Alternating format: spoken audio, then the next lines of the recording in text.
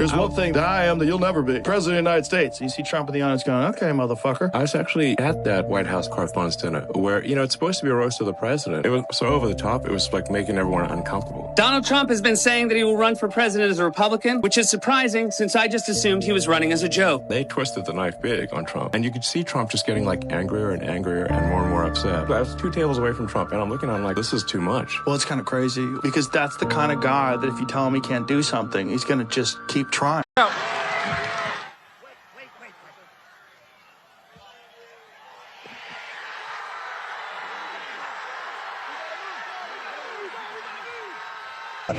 But the big problem is they want to give health care to people that should not get health care. They want to give health care to illegal immigrants by the millions. Look at Gavin Newsom, what he's done. He's ruined California. He gives health care to anybody. And I guess they do it for votes. I actually think it's bad politics, but I guess they do it for votes. Your ABC fake news. Brian, please. First of all, congratulations. I don't take questions from ABC fake news. After what you did with Stephanopoulos to the Vice President of the United States, I don't take questions from ABC fake news. Brian, go ahead. Yes. It's the motherfucking DJP. Sir, first of all, congratulations on achieving peace. You are indeed the peacemaker.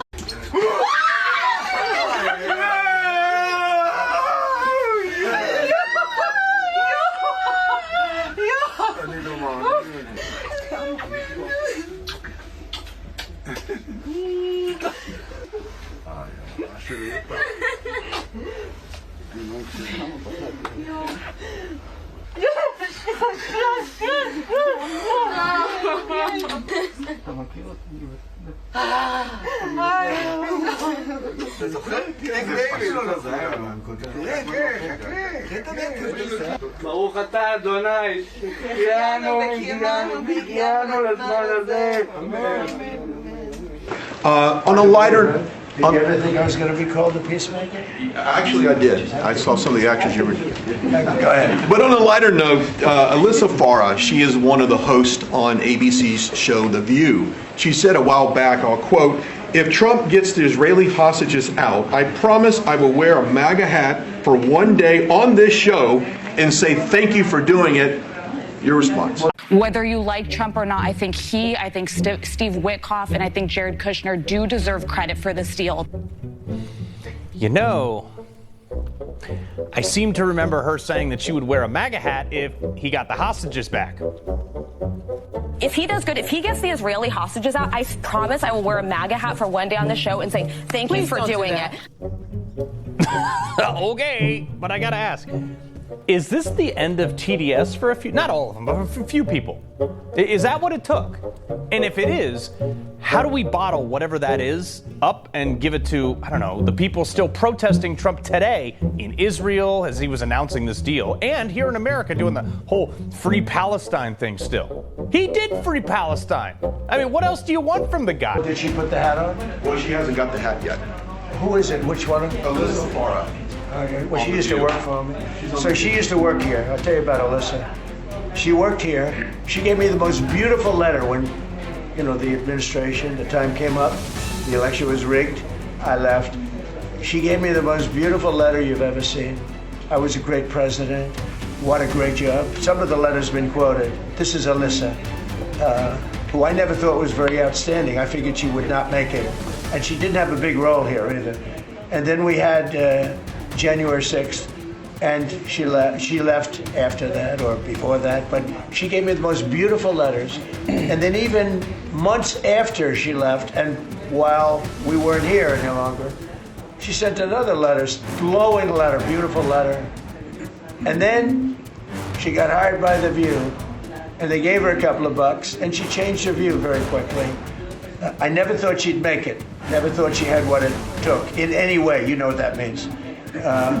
But she's on The View. But it just shows what a fraud The View is, because this woman gave me letters and statements. She said I was the greatest president in her lifetime. Now, she's not that old, so I didn't consider it a great compliment, but I've had better. Can we send her a hat? Well, recently I've had the greatest president of them all. I like that much better. Mr. President? Does that include Washington and Lincoln? Yes, sir, it does. I said, I like that person. So I think she's a total, I think she's a joke. Mr. President, on Gaza, how long will it take Hamas to disarm, and can you guarantee that is going to happen? Well, they're going to disarm, and because they said they were going to disarm. And if they don't disarm, we will disarm them. How? Damn! You do that. I don't have to explain that to you. But if they don't disarm, we will disarm them. They know I'm not playing games. Okay? Now, we did something monumental. We got the hostages back. That was the first thing we had to do. Above all else, get the hostages back. Now, they misrepresented because we were told they had 26, 24 of dead hostages, if we can use those terms. And it seems as though they don't have that because we're talking about a much lesser number. But that's a very tough subject. I want them back. That's what they said. I want them back. Also, they said they were going to disarm. And initially speaking, they needed, they did take out a couple of gangs that were very bad, very, very bad gangs, and they did take them out, and they killed a number of gang members. And that didn't bother me much, to be honest with you. That's okay. We had a couple of very bad gangs. It's no different than other countries. Like Venezuela sent their gangs into us, and we took care of those gangs. We have Washington, D.C. is one of the safest cities in the country. It was one of the worst cities in the country if you go back just a little while ago, right? Now it's safe. You can walk to work. Isn't it nice? But we have told them we want to disarm, and they will disarm. And if they don't disarm, we will disarm them. And it'll happen quickly and perhaps violently. But they will disarm. Do you understand me? Yes. You say because quickly. everyone says, oh, well, they won't disarm. They will disarm. And I spoke to Hamas, and I said, you're going to disarm, right? Yes, sir, we're going to disarm. That's what they told me. They will disarm, or we will disarm them. Got it? Okay, next. Yes, it's him. He got me out. He got the hostages out. Before, we felt like nothing is happening, And I remember for me, ever since he came into the road, they were very scared of him. Yeah, they wanted... Who? Terrorists. We're afraid of Trump. Yeah, they wanted Kamala to be chosen, to be elected. You talked politics with them? Yeah. They wanted Kamala to be elected. But as soon as Donald Trump was elected, they understood that he wants to bring the hostages back home. Yeah. So immediately the way they treated me changed. So if it's the amount of food, I could say this, that when Trump became president, yeah, the way they treated us changed. For me, personally, this is what I think felt. because they anticipated that a deal would come soon. Yeah. And that's when they started giving you more food. Exactly. More food, treated me better, stopped cursing me, stopped spitting on me. They were spitting and cursing? Yeah. Were they beating you? No, never. I was never, except the 7th of October, I was never abused physically. But I think it's because... Congratulations on the peace you achieved in the Middle East, first Thank of all. you very much. And my question is regarding Argentina. Does continue... Are you from Argentina? I'm from Argentina, yes. I like the Argentina. I like them much better than ABC. Than ABC fake news. Me too, sir. Yes, go ahead. Damn! It's a great question. It's a little like New York. We are reading in Argentina about New York. We have a problem. We have a communist who's 33 years old, doesn't know a damn thing. Practically, he's never worked a day in his life. And he sort of caught on, right? And I'm not going to send a lot of money to New York. I don't have to. The money comes all through the White House. And if they're going to be sending us stupid policies, communist policies, which is proven for thousands of years doesn't work. We don't have to prove it again.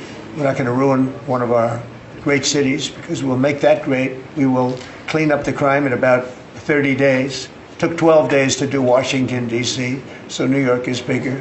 And Chicago, we've already made a lot of progress despite fighting from the government, but Chicago's doing great. Memphis is doing really great. You know, we have great support there from the political leaders. They said, please come in and clean up crime. And we love it. We've in 1 week, Memphis is so good. It's so much better. We'll have it within a month. We'll have that into a safe city again.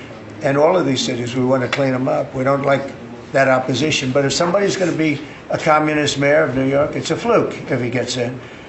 There are a lot of failed people that he's running against. I mean, you have inferior candidates or something, because it's impossible to think that New York City can have a communist mayor. He's a communist. He's not a socialist, by the way. There's a big difference. He's a communist. He's down and dirty.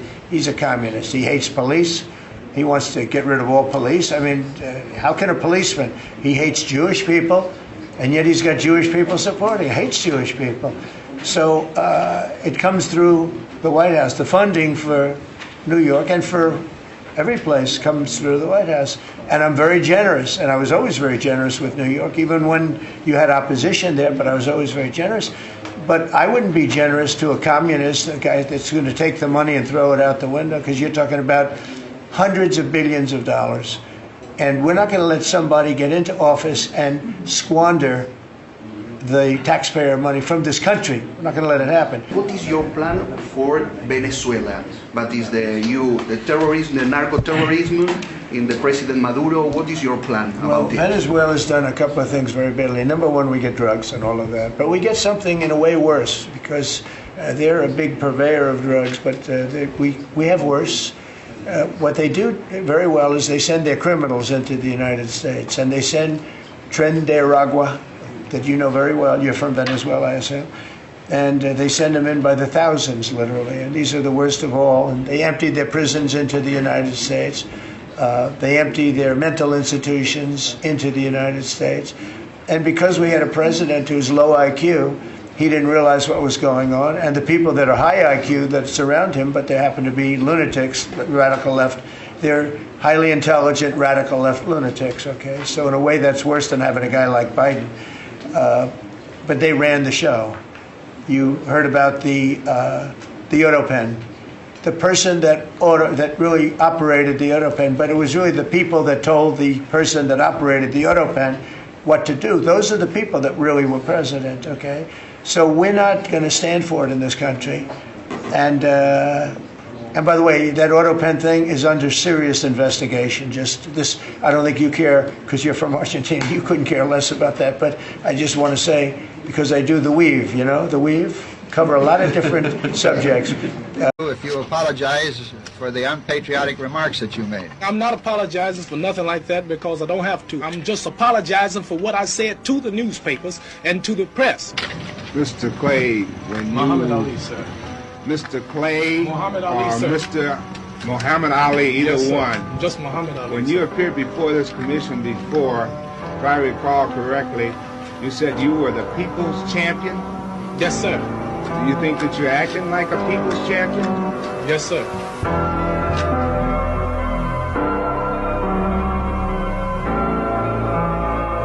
But the people that are involved in that AutoPen scam, because he barely signed anything. I mean, this guy, I don't know how you can be president. He barely signed it. But the only thing we can find for sure is that he signed Hunter's pardon, his pardon.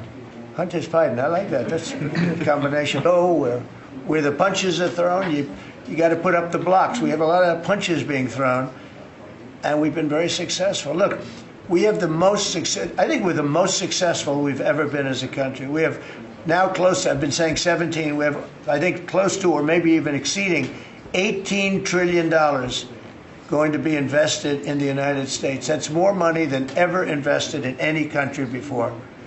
Even countries with much bigger populations like India or like China, nobody's ever had $18 trillion invested in the country.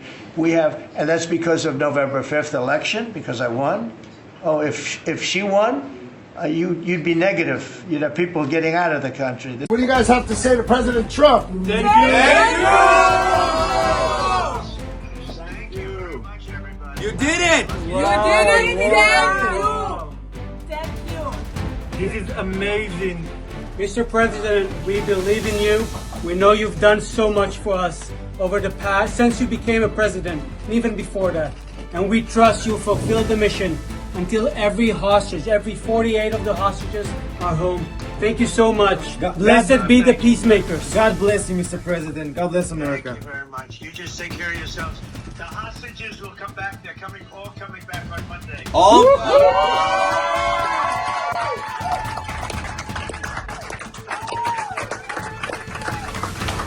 Thank you, sir. Thank you.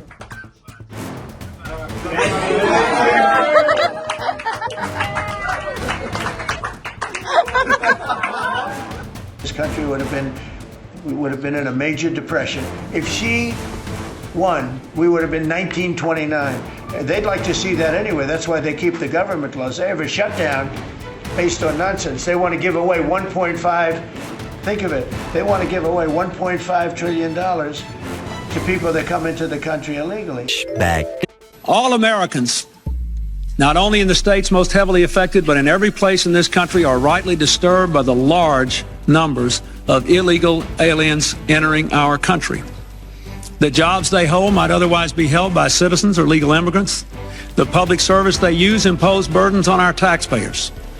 That's why our administration has moved aggressively to secure our borders more, by hiring a record number of new border guards, by deporting twice as many criminal aliens as ever before, by cracking down on illegal hiring, by barring welfare benefits to illegal aliens.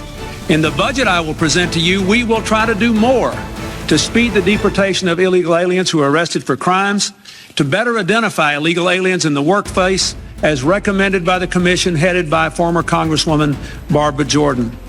We are a nation of immigrants, but we are also a nation of laws. It is wrong and ultimately self-defeating for a nation of immigrants to permit the kind of abuse of our immigration laws we have seen in recent years, and we must do more to stop it.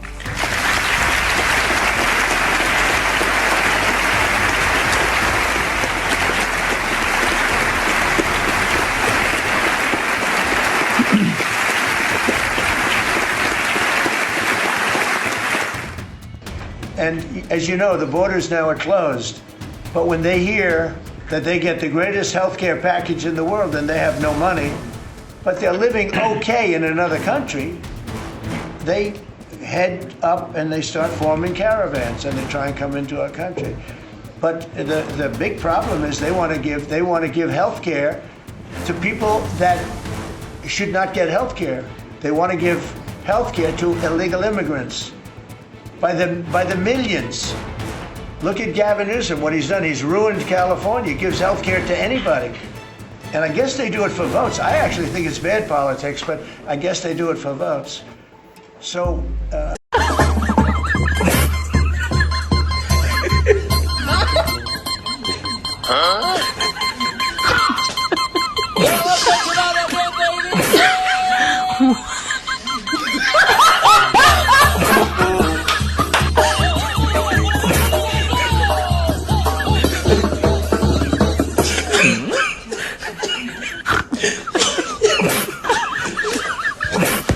powerful voices trying to silence truth and punish dissent, and yes, weaponize justice for political gain. Flashback. Will you sue him for us?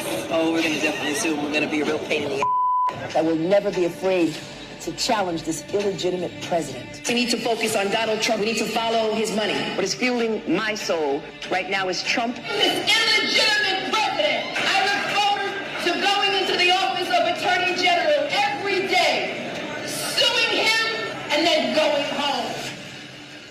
A few moments later. Letitia James has been indicted on criminal bank fraud charges. James is being accused of having falsified records to meet certain lending requirements and receive favorable loan terms. We'll keep up with that story as it develops. You know, just when you think Democrats can't go lower, they continue to scrape the bottom of the barrel with Zohran Mamdani and Letitia James. The reality is that she is corrupt, she is a fraudster, and she is an embarrassment to New York City and the great state of New York. She spent her entire campaign talking about how she was going to go after Donald Trump. Of course, those charges were absolutely false. They were thrown away by an appellate court. But here she is, having been brought charges against her by a grand jury. And that embarrassing display yesterday, as you mentioned, in contrast to Donald Trump, who is a true leader, who has brought peace to the Middle East, releasing the living hostages, Israeli hostages from Hamas.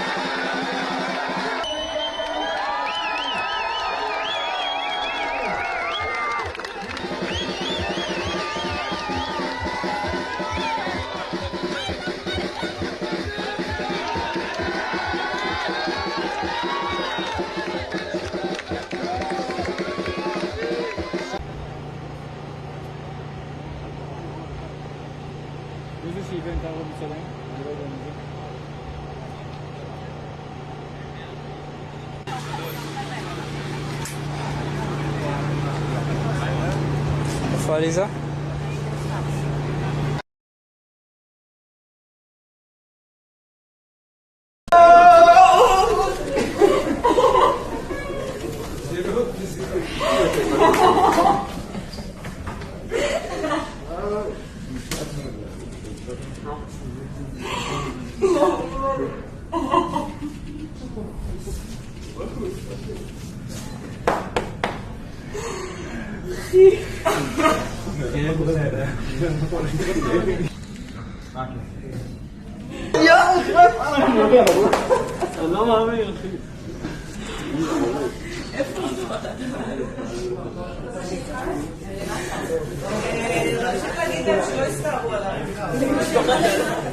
Meanwhile, he's talking about the Holy Land Five. In his rap song in 2017, he said, "I'm in love with the Holy Land Five."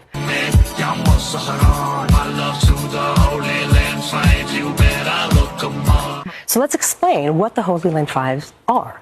They are convicted criminals that have been convicted in 2008 for material support for Hamas. In 2001, the Holy Land Foundation was actually dismantled. In 2001, it was shut down. And in 2008, they were convicted. These 5 people were convicted for supporting Hamas. He is saying that he is in love with those people and asking you to look them up. So I say, absolutely look them up. That guy is so radical. He might be some sort of a Trojan horse, not just for Marxism, which is what he's actually saying, but for jihadism. He is supporting the concept of this. He refuses to acknowledge Israel's right to exist as a Jewish state. He's very coy about this, right? So when he goes on national television, he goes, well, yes, Israel has the right to exist. But when asked on the debate stage, do you think Israel has the right to exist as a Jewish state? He refuses to answer. This is a terrible news, not just for Jews, for every single American and everybody who supports Western values. It's horrible.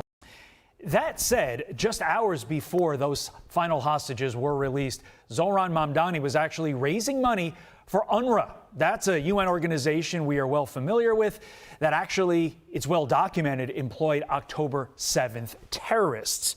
Yet all the polls still indicate he's likely to become the mayor of America's largest city, Danielle. What? Your thoughts? You know, I think it's incredibly unfortunate. His platform, he completely identifies as a socialist Democrat. I think that you're going to see a mass exodus from New York City. I am from the Sunshine State, from the great state of Florida. So I invite New Yorkers to come to Florida. Don't bring your politics, but please come to Florida. We're a great conservative state, because Zohran Mamdani is going to be a disaster for New York City. He's talking about governments being in charge of supermarkets. He's talking about rent control, and he's talking about the very socialist platform that has been implemented all across Latin America that has devastated South America and Latin America. Yeah. President Obama scolding Hispanic voters, waving the finger that supported President Trump in 2024 over inflation concerns. Listen to this. If you are a Hispanic man and you're frustrated about inflation, and so you decided, you know what, all that rhetoric about Trump doesn't matter, I'm just mad about inflation. And now, you know, your sons are being stopped in LA because they look Latino. That's a test.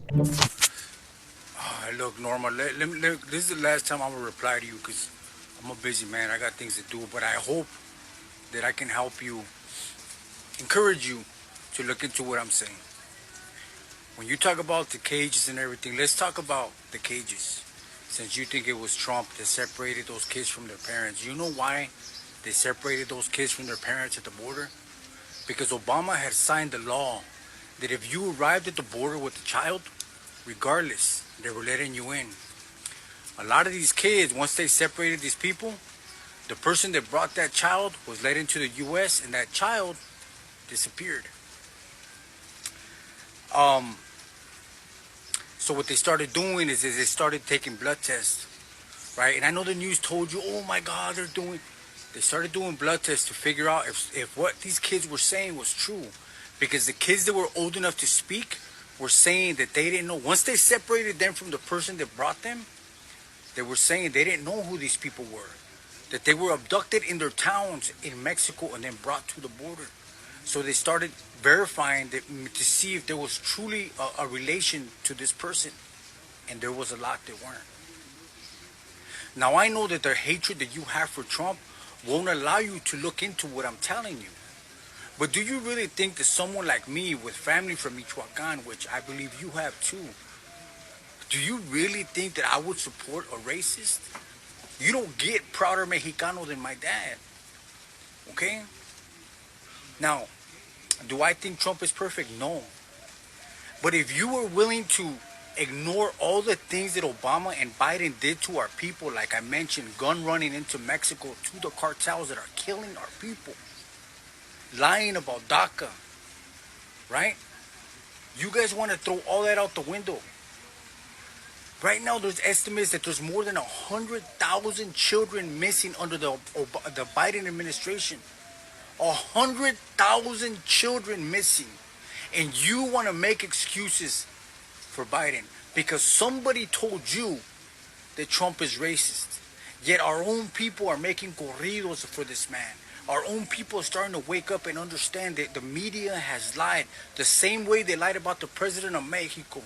They lie about AMLO. Why is it that the media continues to try to bash the people, that try to wake people up to the corruption?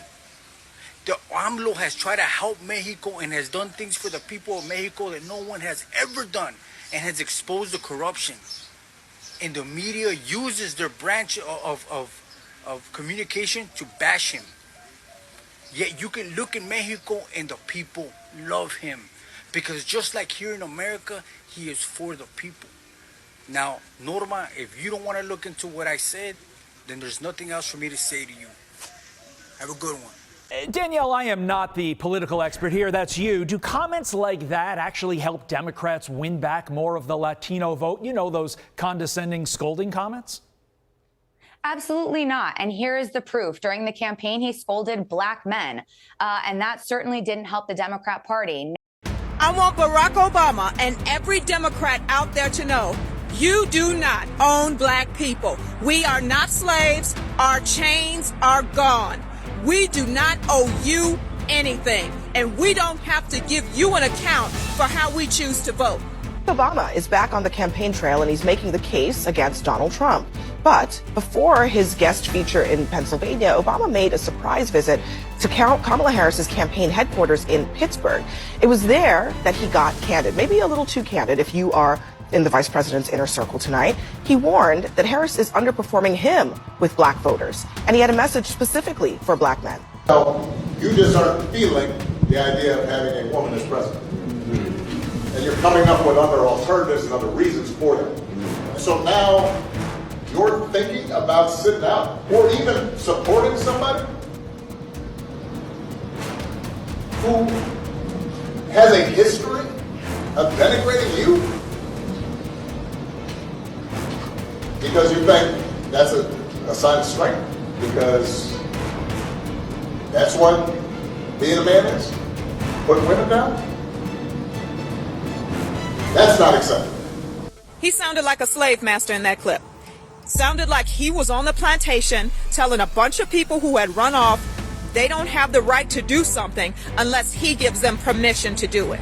It's as if he's telling these people, you all just need to shut up and get in line. Do what I tell you to do. How dare you try to think for yourself? How dare you try to reason for yourself? How dare you choose to vote for somebody else who I say you don't have the right to vote for? How dare he try to shame people and tell people that they're misogynists if they don't vote for Kamala Harris?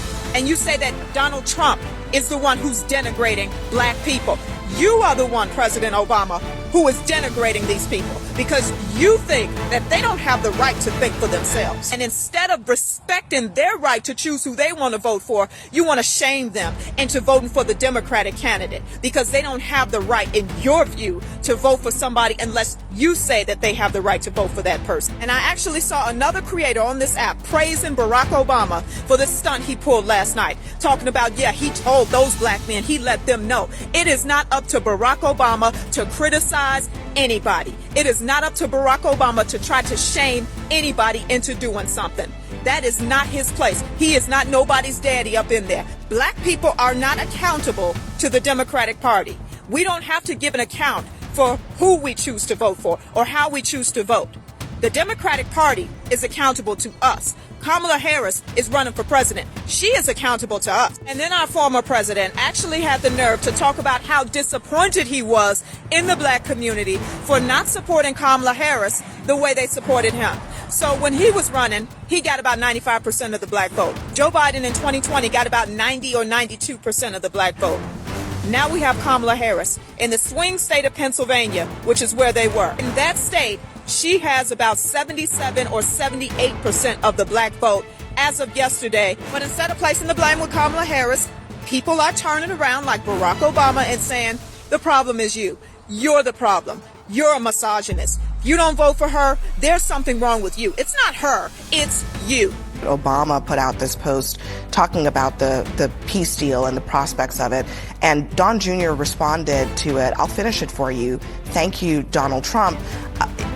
Honestly, it's not unfair to say if President Obama's going to write a whole post about a peace deal, maybe he should acknowledge the president that brokered it. He's not going to be president.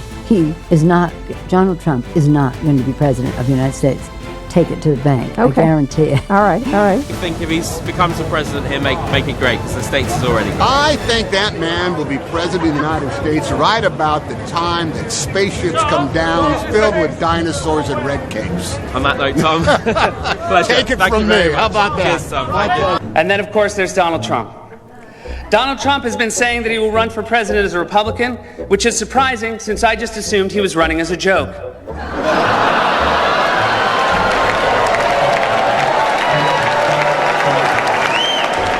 Donald Trump, just last week, he confirmed to the National Review that he is again considering a run in 2016.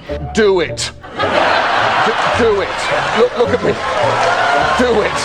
I will personally write you a campaign check now on behalf of this country, which does not want you to be president, but which badly wants you to run. So when you stand and deliver that State of the Union address, in no part of your mind or brain can you imagine Donald Trump standing up one day and delivering a State of the Union address? Well, I can imagine it in a Saturday night skit. I continue to believe Mr. Trump will not be president. He will never be president of the United States. And we better be ready for the fact that he might be leading the Republican ticket. Fox News decides Donald Trump is president of the United States. We've got our republic back, folks. Let's go. There it is. Everybody should remember this moment. Look, I'm gonna echo Charlie from earlier. Remember where you were when this happened. Remember where you were when you realized that the Uniparty and all of these, just the establishment, you said it's time to actually participate. And look what you guys have done. And if anyone deserves to get tears in his eyes, it's Charlie. I think we all agree. I think Erica was chopping some onions or something in the break room. No one has worked harder than Charlie for this. We gotta hear some words here from you, Charlie. You put all this together, my man. Let's hear it. I am just humbled by God. It's all God. It's all God. God alone. God alone. That's all I can say. Decision desk has it. Pennsylvania. It's done. It's beginning. No one, especially the president, is above the law. A few moments later.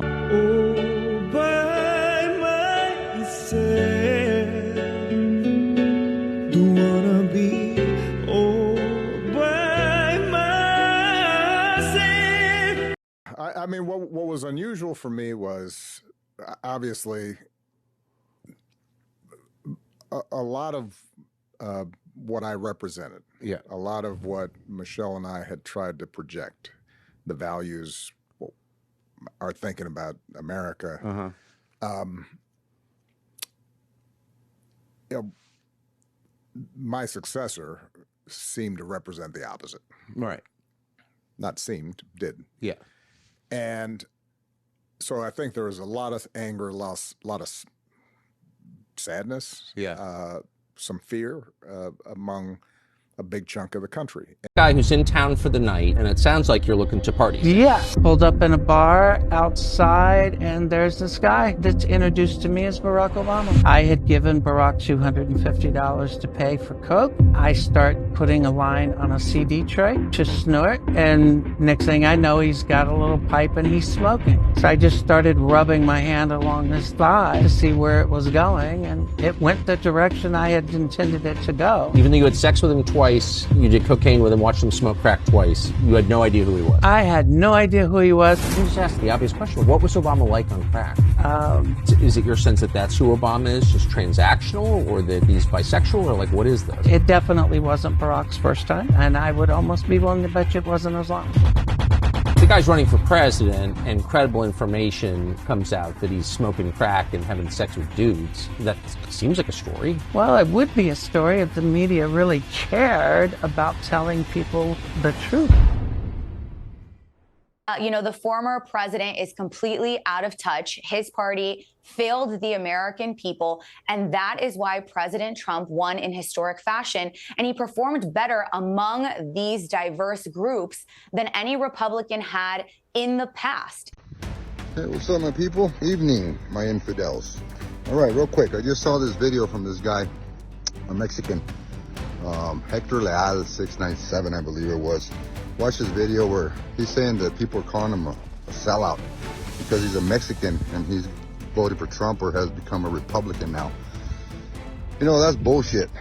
When people think that because we're Mexican, we're going to be Democrats and voting for all these stupid ass ideas they're bringing to the table, it's wrong. We are not. Mexicans, we are the most conservative people on the planet. I remember, I grew up in Mexico. Fortunately, I was born in Texas. So I didn't have to go through the struggles of getting the immigration, the green card. Hector did, but he did it through the legal channels. And when you do it through the legal channels, you understand how to do it, what happens. And now that you have all these illegals coming in from everywhere in the world, and they're welcoming them. However, if you're Mexican, you don't have the right to asylum. So if they catch you at the border, I know people in Border Patrol.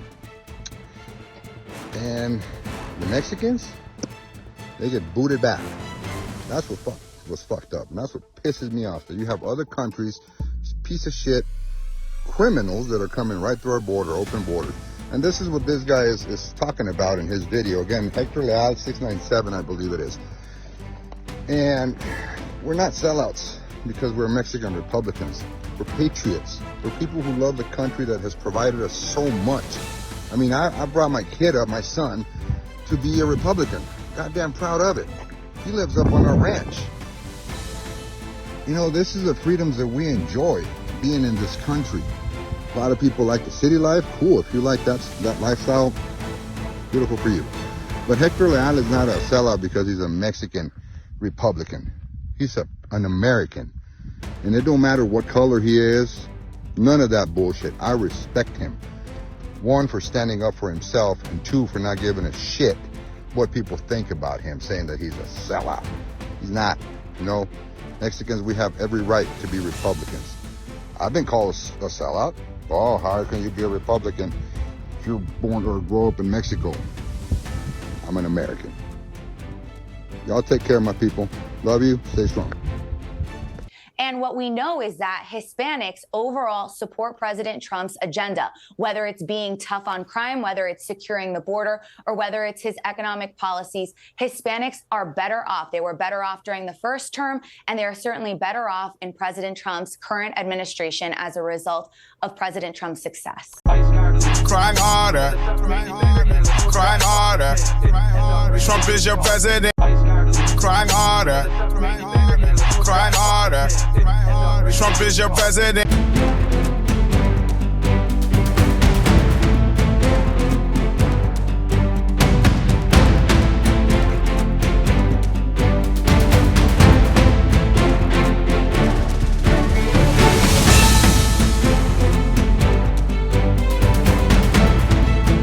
On the 3 unfired casings read, "Hey fascist!" exclamation point, catch exclamation point. Do you think Donald Trump is a fascist? Yes, I do. No one has ever been more dangerous to this country than Donald Trump, and he is a fascist to his core. Hey, let me shut down the Senate! We are at war! We're at a war right now. We are at war. So you have to be willing to do whatever is necessary in order to save the country. And that's why the gloves are off. Donald Trump and the MAGA Republicans represent an extremism that threatens the very foundations of our republic. And yes, there are many threats to democracy. We see it with these extreme candidates. I just don't even know why there aren't uprisings all over the country, and maybe there will be. You can only push people so far. And then they start to take matters into their own hands. What the American public want is for us to bring actual weapons to this bar fight. This is an actual fight. You know, this is literally call to arms. The MAGA movement is a threat. But Michelle says that, when they go low, we go high. No. With all due respect, if they go low, we don't go high. When they go low, we kick them. We take them to the mud and choke them out. And make sure that they stay down. And you know what? Kick them when they're down, because they deserve it. Get up in the face of some Congress people. We are going to be in your face. We are going to be on your... We have to fight this in the streets. And we're going to fight it in the streets. It's time to step out of your comfort zone and step out into the streets. To our Republican colleagues, if you do not see the light, we will bring the fire. Resist! You and your little friend off of Twitter. Y'all about to find out. And if you see anybody from that cabinet in a restaurant, in a department store, at a gasoline station, you get out and you create a crowd. And you push back on them. And you tell them they're not welcome anymore, anywhere. He's not going to have a third term. He may not finish this term. Yes, the last few days you woke up thinking there might be news. Just saying. Just saying. There will be news sometime. Just so you know, there will be news.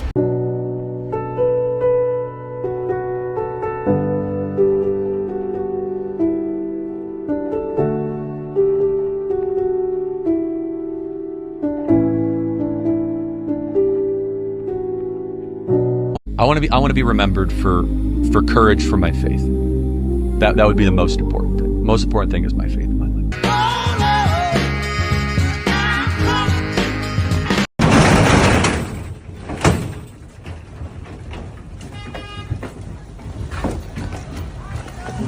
But if you're not happy in the U.S., if you're complaining all the time, very simply, you can leave. You can leave right now.